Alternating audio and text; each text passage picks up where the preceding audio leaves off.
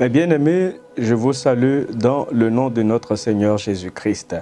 Nous allons lire Exode 7, verset 1, que nous avons intitulé aujourd'hui « Moïse, un petit Dieu ». Lisons ensemble. L'Éternel dit à Moïse, « Vois, je te fais Dieu pour Pharaon, et Aaron, ton frère, sera ton prophète. » Exode 7, verset 1. Lors de l'exode du pays d'Égypte, il y a une déclaration de Dieu qui peut paraître étrange. En effet, dans le conflit qui l'oppose au roi d'Égypte, Dieu fait une étrange déclaration à Moïse que nous retrouvons dans le verset d'aujourd'hui. L'Éternel dit à Moïse, « Vois, je te fais Dieu pour Pharaon, et Aaron ton frère sera ton prophète. » Qu'est-ce que cela signifie? Que veut dire cette déclaration de celui qui a dit « Tu n'auras pas d'autre Dieu devant ma face » ? Et je suis l'Éternel, c'est là mon nom, et je ne donnerai pas ma gloire à un autre, ni mon honneur aux idoles. D'ailleurs, dans le Nouveau Testament, le roi Hérode est frappé par un ange et meurt parce qu'il se prenait pour Dieu. Alors, comment comprendre le verset d'aujourd'hui? Tout d'abord, Dieu ne fait pas de Moïse un petit Dieu.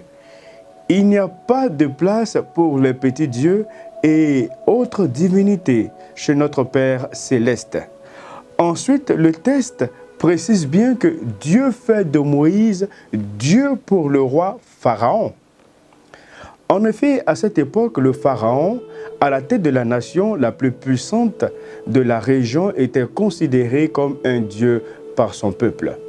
Ainsi, la demande de Moïse de laisser partir son peuple était comme un défi et une déclaration de guerre spirituelle, un conflit entre les deux dieux.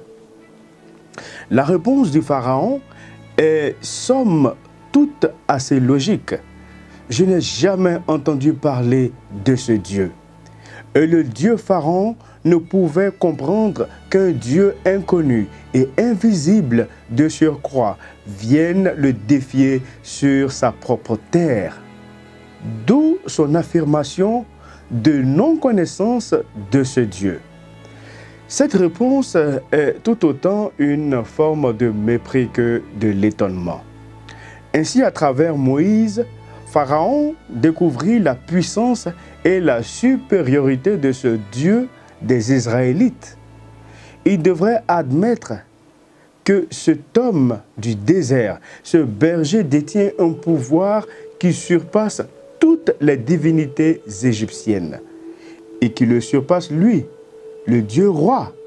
Ainsi Pharaon devra comprendre que cet Hébreu, fils d'esclave, de rang inférieur, est plus grand que lui, le Dieu de la nation tout entière.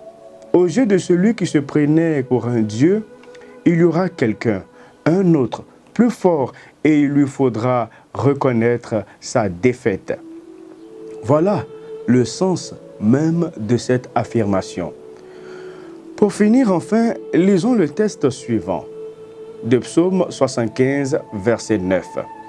« Mais Dieu est celui qui juge. Il abaisse l'un et il élève l'autre. Dirige-nous, notre Seigneur. Amen. »